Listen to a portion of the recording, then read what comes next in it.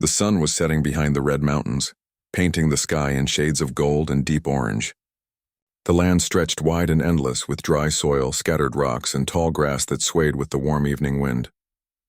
In that quiet wilderness, the sound of hoofbeats echoed sharply, breaking the calm. A cowboy rode across the open ground, his horse moving fast and steady, its hooves striking the earth with force. His eyes scanned the horizon, sharp and watchful, like a hunter searching for signs. He had been following tracks for hours.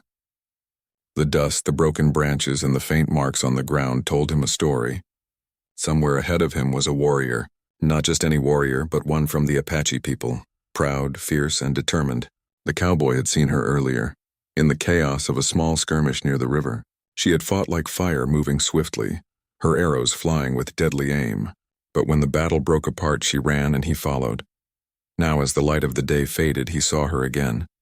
The warrior stumbled into a clearing, her breathing heavy, her face shining with sweat. She looked around, searching for escape, but there was nowhere left to go. The canyon walls rose on both sides, and the cowboy's horse blocked the only open path. He dismounted slowly, dust rising around his boots, his hand resting on the handle of his rifle, his eyes fixed on her, steady and cold. The Apache warrior knew she was trapped. She was young but strong, her long dark hair loose around her shoulders, her body still tense with the spirit of battle. She had carried pride in every step until this moment, but now her strength was slipping away. Her bow was broken, her arrows gone. The cowboy stepped closer, his shadow stretching across the dirt as the last rays of sunlight dimmed. For a moment, neither spoke. The air between them was thick with silence, heavy with danger. The cowboy's hand tightened on his rifle. The warrior's chest rose and fell as she struggled to breathe. Then suddenly she dropped to her knees. Dust rose around her and her hands pressed the ground. Her proud head lowered and her voice, trembling but desperate, broke the silence. "Please, don't kill me, cowboy." The words struck him like thunder. He froze, surprised by the sound of her broken English. Her voice carried both fear and dignity, a strange mix that made him hesitate. He had expected her to fight until the end, to fall with pride, but not to beg. She raised her eyes toward him, dark and filled with tears she was trying to hold back. Her lips trembled, but she forced herself to speak again. "I will bear you, sons," she whispered. "Spare me." The cowboy's chest tightened. He had been in battles before, had faced danger and death, but nothing like this moment. He had seen enemies fall. He had pulled the trigger without hesitation. But now, as this warrior knelt before him, her words cut deep inside him. She was not only asking for her life, she was offering her future. Her plea was not just of fear. It was of survival, of hope. He lowered his rifle slightly, his eyes studying her face. She was young, maybe no older than 20. Her cheeks were dusty, her lips dry, her body shaking, but in her eyes was a strength he could not ignore.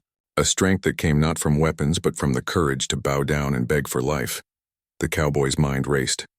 His duty was clear. He had been taught that enemies must not be spared, that weakness leads to danger. But something inside him resisted. He saw not just an enemy before him, but a human being, fragile and alive. The land around them grew darker, the first stars shining above, and he felt the weight of his decision pressing heavy on his heart. "Why?" he asked quietly, his voice rough from the dust. "Why would you say that?" The warrior swallowed hard. Her hands trembled on the ground, but her voice grew steadier. "Because I want to live," she said simply. "I do not want my blood to fall here, like dry leaves on the wind. If you spare me, I will serve you, I will stand with you, and I will give you sons. I will give you life if you give me mine." The cowboy's breath slowed. He could hear his horse shifting behind him, snorting softly. The night air cooled, carrying the smell of sage and earth. He looked at the warrior, her knees pressed into the dirt, her head bowed low again. Something inside him shifted. He felt pity, but also respect. She was not weak.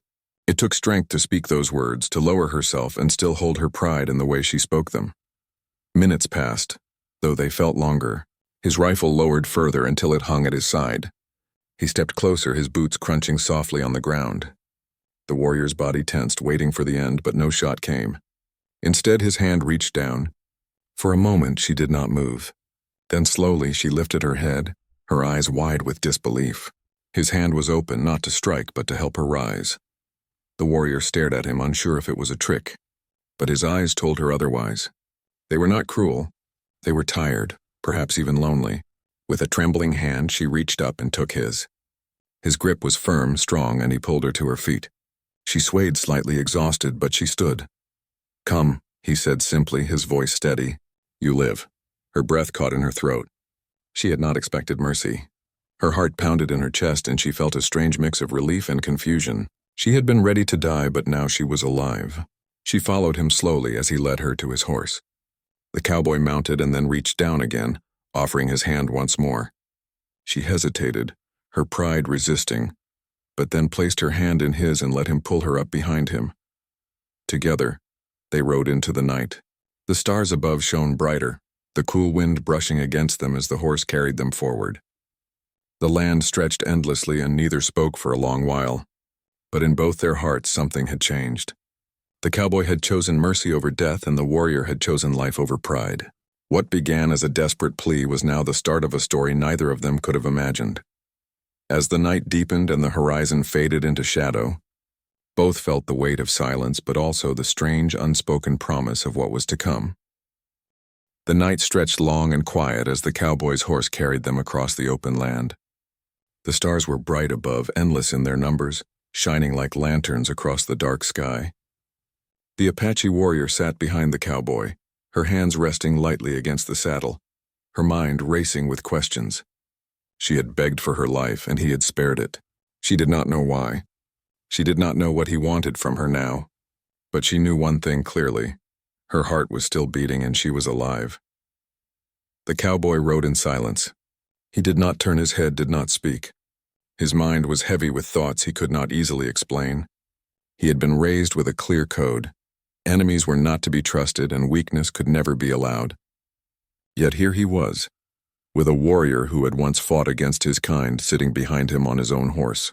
He told himself he should feel anger or regret, but strangely he did not.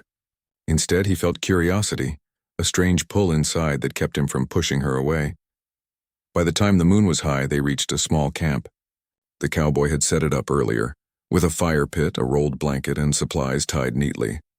He dismounted and tied his horse to a post, then turned to her. For a moment, they only looked at each other, the firelight catching their faces. She stepped down slowly, her legs still weak from exhaustion. Her pride kept her from stumbling, but her body was tired and sore. He motioned toward the fire pit. "Sit," he said quietly. She hesitated. In her world, to sit beside a man she once saw as enemy was dangerous, maybe even shameful. But she had no choice now. Slowly, she lowered herself onto the ground. The cowboy set dry wood in the pit and lit a flame. Soon the fire grew, sending warmth into the cool night. The orange glow touched their faces, and the crackle of burning wood filled the silence between them. The cowboy opened a small pack and brought out some dried meat and bread. He placed a piece on a flat stone and slid it toward her. She looked at the food but did not touch it at once. In her mind there was always caution, could it be a trick? But hunger gnawed at her. She had not eaten since morning, and her body ached with weakness. Finally she reached out, took the food and ate slowly, her dark eyes still fixed on him. He ate quietly too, his gaze never leaving the fire. When the silence became too heavy, he spoke. His voice was low, almost uncertain. "What is your name?" The warrior paused. Her name was sacred, given by her people. To share it with a cowboy was something she never thought she would do. Yet she remembered the moment she begged him for life. She had already given away her pride in that moment. Now perhaps a name was not so much to give. "Nietzsche," she whispered. The cowboy nodded once. "I am Daniel," he said simply. The sound of their names hung in the air. Nietzsche, Daniel, two worlds now sitting by the same fire. For a while they said nothing more. But Daniel found himself studying her face when she was not looking. She was strong, her features sharp, her eyes deep and unreadable. She carried herself with dignity, even while sitting in his camp as someone spared. He could see her spirit, unbroken, proud, even if she had knelt before him. He realized then that sparing her had not made her weak. In some way, it had made her even stronger. Nietzsche, on the other hand, was studying him too. She noticed his hands, rough from work, scarred from fights. His face was stern, but there was a tiredness in his eyes, as if he had seen too much of war and loss. He was not like the wild cowboy she had heard about, who killed without thought. He was quiet, careful, and his silence carried weight. She wondered why he had chosen mercy, and what it would mean for her now. The fire burned low, Daniel stood and took out a blanket, laying it on the ground. He looked at her. "You sleep here," he said. Naiche straightened, her eyes narrowing. "And you?" she asked softly. "I will keep watch," he answered. She hesitated, then nodded. She lay down slowly on the blanket, her body sinking into the rough comfort. She turned on her side, watching him as he sat by the fire, his rifle resting across his knees. His eyes scanned the dark, alert and steady, but sometimes they drifted toward her. That night neither of them truly slept. She closed her eyes, but her mind replayed everything. The sound of her own voice pleading, the feel of his hand pulling her up, the strange mercy in his eyes. He sat awake, staring into the fire, wondering what path he had chosen by sparing her. When morning came, the sky turned soft with light. Daniel untied his horse and packed his supplies. He handed Naiche a flask of water. She drank carefully, her eyes never leaving him. He mounted his horse, then looked down at her. "Come," he said.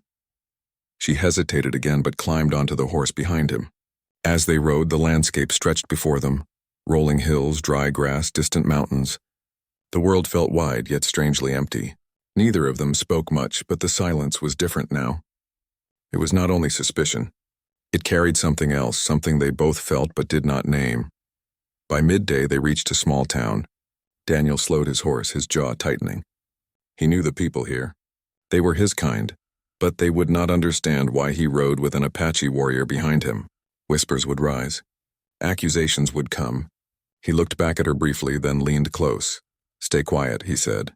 Naiche nodded. She pulled her hair forward, letting it cover her face as much as possible. Still, when they entered the town, heads turned. Men on porches squinted.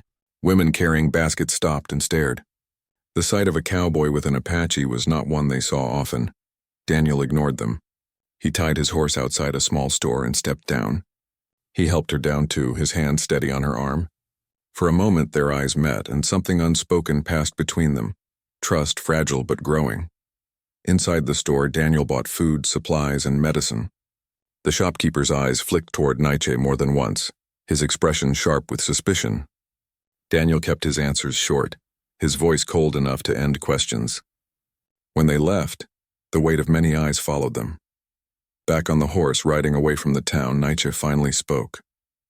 "Why?" she asked quietly. Daniel frowned. "Why what?" "Why protect me?" she said.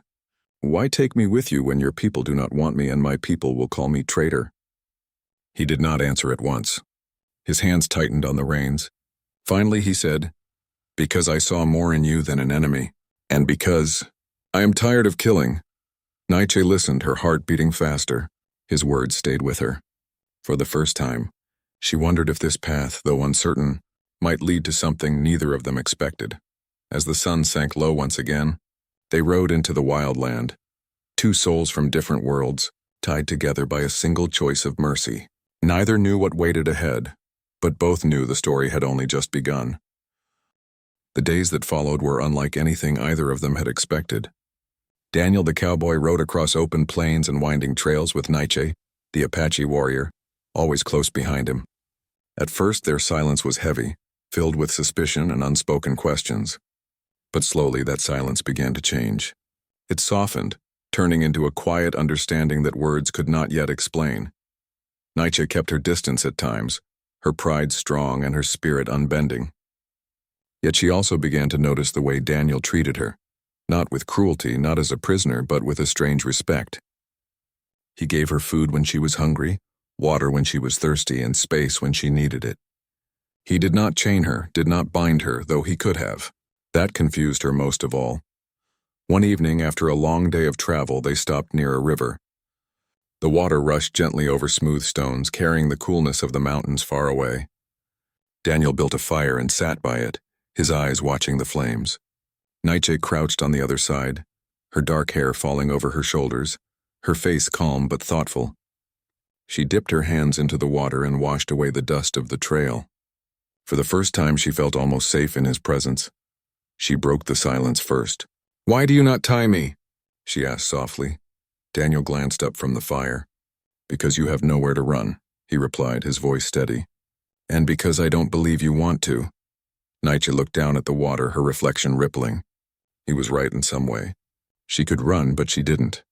Perhaps it was because she still remembered the moment he had spared her life. Perhaps it was because she was curious about him, the quiet man who carried sorrow in his eyes. That night after they ate, she sat closer to the fire. Her voice was quiet but strong. "You ask my name. You know me now, but I know nothing of you." Daniel poked at the fire with a stick, sparks flying upward into the night sky. "There isn't much to know," he said. "I was born on the plains. My parents worked the land. I fought when I had to. I rode where work took me, and I lost more than I gained." Nietzsche studied his face in the flickering light. She saw the truth in his words. His eyes were heavy, not just with weariness, but with memories he carried like hidden scars. "You carry pain," she said. Daniel looked at her sharply, then let out a slow breath. "Don't we all?" Her eyes lowered. She understood. She too carried pain. Pain of battles lost, of people buried, of a life where blood was too often spilled. For the first time she felt a bridge forming between them, built not of words but of shared understanding. In the days that followed, that bridge grew stronger. They began to speak more. She told him about her childhood, how she had learned to ride bareback on wild ponies, how her elders taught her the stories of her people, how she had trained with bow and arrow until her aim was true. She spoke of her pride in her people, but also of the losses that had shaped her. Daniel listened quietly, his face calm, but his eyes softening with every story. In return, he shared pieces of his own life. He spoke of the lonely ranch where he grew up, the endless work, the drought that took their cattle, and the sickness that claimed his parents. He told her about riding cattle trails, fighting in skirmishes, and how the sound of gunfire haunted his nights. The more they shared, the more they began to see each other not as enemies, but as people. Their laughter, though rare, began to come. Once, when Daniel tried to cook beans over the fire and burn them, Nietzsche laughed softly, her voice light like music in the quiet night. He looked at her with surprise, then found himself smiling too, a smile he had not felt in years. Still, their bond was not without struggle. One afternoon, while crossing a ridge, they saw smoke rising in the distance. Daniel tensed immediately. "That's a ranch," he said, his hand tightening on the reins. "Might be riders nearby." Nietzsche's body stiffened. Her people had often clashed with ranchers. If they saw her riding with him, she would be in danger from both sides. Sure enough, not long after, two riders appeared on the horizon, their horses galloping toward them. Daniel cursed under his breath and pulled his rifle from the saddle. "Stay behind me," he muttered. The riders slowed as they approached, their eyes narrowing when they saw Nietzsche. One of them spat on the ground. "What's this, Daniel?" he called out. "You riding with an Apache now? Brought yourself a trophy?" Daniel's jaw tightened. "She's with me," he said firmly. The men laughed harshly. "With you? Ain't no Apache ever with us. Best hand her over before she sticks a knife in your back." Nietzsche's face burned with anger, but she stayed silent. Her pride told her to speak, to defend herself, but she knew this was Daniel's battle. She waited, her eyes fixed on him. Daniel's rifle stayed steady in his hand. His voice was calm but hard as steel. "She's under my protection. You got a problem with that, you got a problem with me." The two men looked at each other surprised. They muttered curses, spat again, and finally turned their horses. "You'll regret it," one of them shouted as they rode away. When the dust settled, Nietzsche looked at Daniel. Her voice was quiet but filled with emotion. "Why defend me? You risk yourself for me." Daniel holstered his rifle. His eyes met hers, steady and true. "Because you deserve better than their hatred," he said. Her heart tightened at his words. For the first time, she felt something stir inside her, a warmth she had never expected. She turned away quickly, hiding her face, but the feeling stayed with her through the night. As the journey continued, their trust grew deeper. Daniel began to teach her some of his ways, how to handle his rifle, how to cook his simple meals, how to read the sky for storms. In turn, she taught him the ways of her people, how to track animals by broken grass, how to find water hidden in dry land, how to read the wind like a story. Together they began to blend two worlds. One night, as they sat by the fire, Nietzsche looked at him with steady eyes. "When I begged for my life, I thought it was the end of me," she said. "But perhaps it was the beginning." Daniel looked at her, his face calm, but his eyes holding something deeper.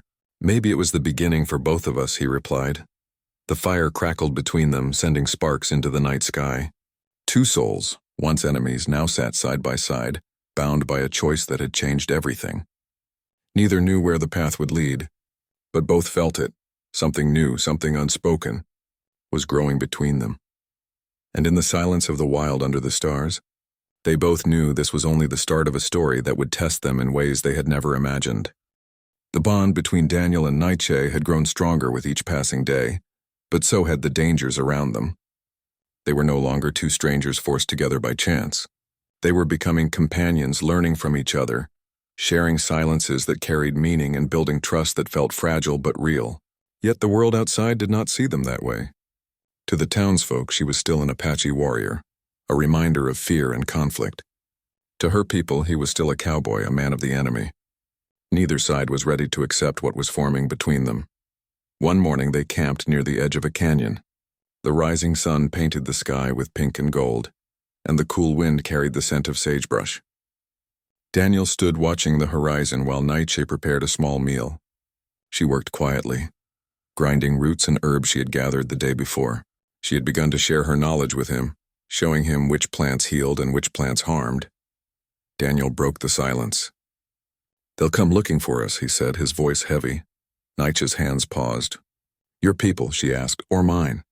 "Both," he admitted. "The ranchers don't trust you, and your people won't forgive you for riding with me." Her eyes lowered. She knew he was right. Already whispers must have spread. An Apache warrior spared by a cowboy traveling with him. Her people would see it as betrayal, and his people would see it as weakness. The path they had chosen was not one the world would easily allow. That very day, the truth of Daniel's words came to life. They were riding along the canyon trail when the sound of hooves echoed from behind. Daniel turned quickly, his hand tightening on the reins. A group of ranchers appeared on the ridge, their rifles glinting in the sun. Their eyes were hard, their faces set with anger. One of them called out, "Daniel, you've lost your mind. Riding with an Apache? Bringing trouble to our lands?" Daniel kept his voice steady. "She's no trouble. She's with me," the men spat into the dirt. "There ain't no with you. She's the enemy. You hand her over or we'll take her ourselves." Nightshade's heart pounded, but she stayed still, her chin lifted high. She would not beg this time. She had already done that once, and the memory still burned inside her. Instead, she looked at Daniel, waiting for his choice. He raised his rifle slowly, his eyes steady on the men. "You'll have to go through me first," he said firmly. The standoff hung in the air, tense and dangerous. The ranchers cursed, muttered, and finally turned their horses, but not without a warning. "You're making a mistake, Daniel. Sooner or later, that Apache will cost you everything." When they were gone, Naichi let out a slow breath. Her voice was soft but filled with meaning. "You stood for me." Daniel lowered his rifle, his eyes meeting hers. "I'll keep standing," he said simply, but the danger did not end there. Just 2 days later, while they crossed a wooded valley, shadows appeared between the trees. Apache warriors stepped out silently, their bows drawn, their eyes sharp with suspicion. Nightshade's heart clenched when she recognized some of them, men she had once fought beside, men who had trusted her. The leader stepped forward, his eyes narrowing as he looked at her. "Nightshade," he said, his voice cold. "You live, but you ride with the enemy. Why?" She swallowed hard, her pride fighting against her fear. "He spared me," she said. "When he could have killed me, he chose mercy." The warriors murmured, their eyes filled with anger and confusion. The leader's face hardened. "Mercy from the enemy is shame. You kneel to him now? You betray your blood?" Nightshade's voice shook, but she lifted her chin. "I do not kneel, I choose. My life was his to take, and he gave it back. That choice is mine, not yours." The leader's hand gripped his bow tighter. "Then you are no longer one of us." Daniel shifted his hand close to his rifle, but Nightshade touched his arm lightly. "No," she whispered. "This is my fight." Her words carried power, but her heart ached. She looked into the faces of her people, faces she had known since childhood, and saw only rejection. She wanted to shout that she was still theirs, that she still carried their blood and spirit, but she knew the truth. Her choice to live had separated her from them, and nothing could change that now. The warriors turned away, fading back into the trees, their silence heavier than words. Nightshade stood frozen for a long time, her heart breaking. Daniel watched her, his chest tightening with pity. He wanted to comfort her, but he knew her pride would not allow it. Instead, he stayed close, his presence steady beside her. That night they sat by the fire, the silence between them filled with grief. Finally, Nietzsche spoke, her voice low. "They will not forgive me. I am nothing to them now." Daniel looked at her, his voice rough but gentle. "Then you are something to me." Her eyes glistened in the firelight. She turned her face away, but her heart felt his words deeply. The days that followed were harder. They were hunted by suspicion from both sides. Ranchers spread whispers that Daniel had turned traitor. Apache scouts watched from afar, their eyes sharp with judgment. Wherever they went, the air was heavy with danger. Yet through it all, Daniel and Nietzsche clung to the fragile bond they had built. They worked together as though they had been walking the same trail for years. When storms came, he built the shelter while she gathered food. When sickness struck him one evening, she prepared herbs that eased his pain. When she dreamed of battles lost, he kept the fire burning so she would not wake to darkness.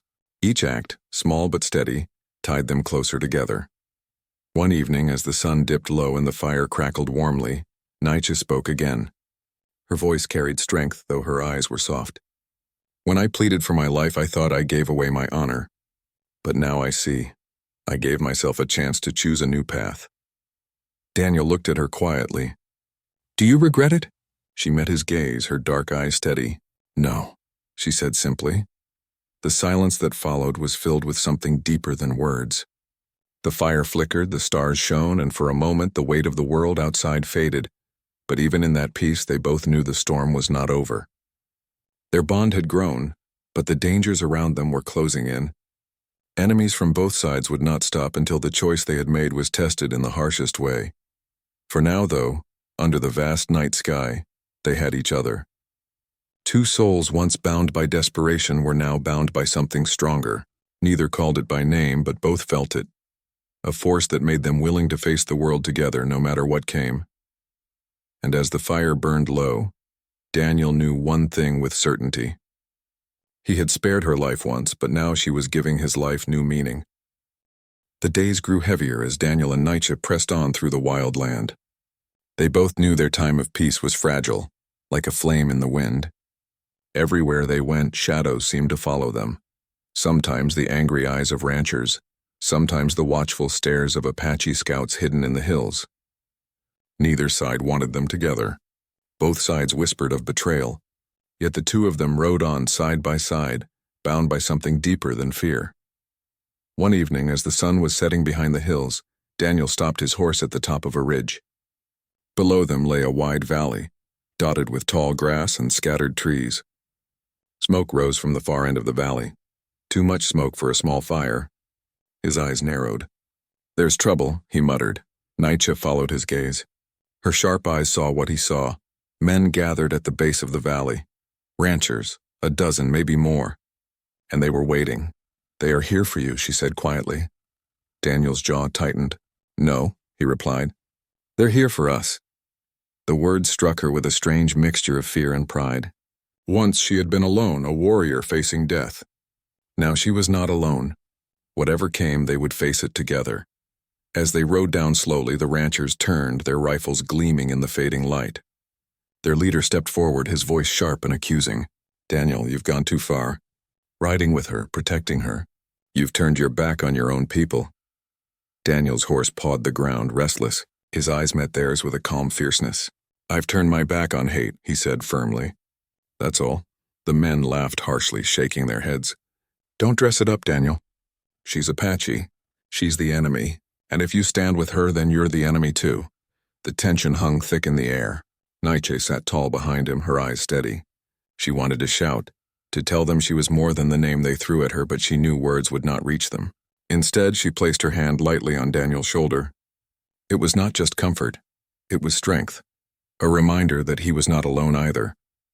The ranchers lifted their rifles, ready to strike. Daniel raised his too, his eyes hard as steel. For a moment, the valley held its breath, the air thick with the weight of choice. And then, before a shot was fired, another sound broke the silence. Shouts coming from the trees. From the other side of the valley, Apache warriors appeared, bows drawn, spears raised. Nietzsche's heart clenched. It was her people. They had come not for her safety, but for revenge. Now both sides stood facing each other, weapons ready, hate burning in their eyes. and she and Daniel were caught in the middle. The leader of the Apache shouted across the valley. "Naiche, you stand with him? You ride with the enemy while our blood is spilled?" Naiche's throat tightened. She wanted to answer, to explain, but her voice caught. Daniel spoke instead, his voice ringing across the valley. "She stands with me because I spared her life, and she has given me mine in return." The warriors and ranchers muttered angrily, their hands tightening on their weapons. It was a storm ready to break, and one spark would set it aflame. Naiche slid down from the horse and stepped into the open ground. Her dark hair blew in the wind, her eyes steady, her body strong. She raised her hands, not in surrender, but in defiance. "Enough!" she cried. Her voice echoed across the valley, silencing both sides for a moment. "I am not your prisoner. I am not your shame. I am alive because I chose life and because he chose mercy. If you see that as weakness, then so be it. But I will not kneel to hate, not to yours and not to his." The ranchers shifted uncomfortably, muttering. The Apache warriors looked at her with anger, but also with something else. Doubt, perhaps, or confusion. Daniel rode forward, his rifle still in his hand. "You want to kill us, then kill us. But know this, we stand together. Whatever path she walks, I walk it too." The standoff dragged on, the tension crackling like dry wood ready to catch flame. Both sides were waiting, watching. But slowly, the air began to change. Perhaps it was the fire in Naiche's words, perhaps the steady courage in Daniel's eyes. But the will to fight seemed to falter. The Apache leader lowered his bow first, his face dark with anger but lined with respect. "You have made your choice," he said to Naiche. "You are no longer of us." The ranchers too muttered and spat, but they did not raise their rifles again. Their leader glared at Daniel. "You'll never belong to us again," he growled. One by one, both sides began to turn away, fading into the trees and hills, leaving the valley strangely quiet once more. Naiche stood frozen in the open ground, her heart pounding. She had lost both worlds that day, the Apache who called her blood and the ranchers who called Daniel brother. She was cut from both, cast out from all. But when she turned, Daniel was there, steady and unshaken. He dismounted and walked to her, his eyes never leaving hers. "Then we make our own world," he said simply. Her breath caught in her throat. For a long moment she only looked at him, searching his face. She saw no doubt, no fear, only truth. Slowly she nodded. That night they made camp by the river. The firelight flickered against their faces, and the sound of the water carried softly through the dark. Naiche sat close, her hands resting in her lap. For the first time she did not feel the weight of shame pressing her shoulders. Instead she felt a strange freedom. Painful, yes, but also filled with possibility. Daniel broke the silence. "When I first saw you," he said, his voice low, "I thought it would end with my rifle. I never thought it would lead to this." Naiche looked at him, her eyes soft. "When I knelt before you, I thought I had lost everything, but perhaps I gained something I did not expect." They did not speak of love, not yet. The word felt too fragile, too new. But in their eyes, in the quiet closeness they shared, the meaning was clear. The days that followed were hard but different. They were no longer tied to ranch or tribe. They were free, though freedom came with danger. They built small shelters, hunted together, shared stories by the fire. Sometimes they argued, for they were both proud and stubborn, but always they came back to the same truth. They needed each other. Over time, Daniel found peace he had never known, and Naiche discovered a strength she had thought lost. They were no longer just Cowboy and Apache, no longer just enemies turned companions. They were something more. Two people bound not by blood or land, but by choice. And so their story lived on in the silence of the wild. The world might not remember them, might not honor their names, but under the endless sky, they had found something greater than survival. What began with a desperate plea on her knees ended with two hearts standing side by side, unbroken, unafraid, and ready to face whatever tomorrow would bring.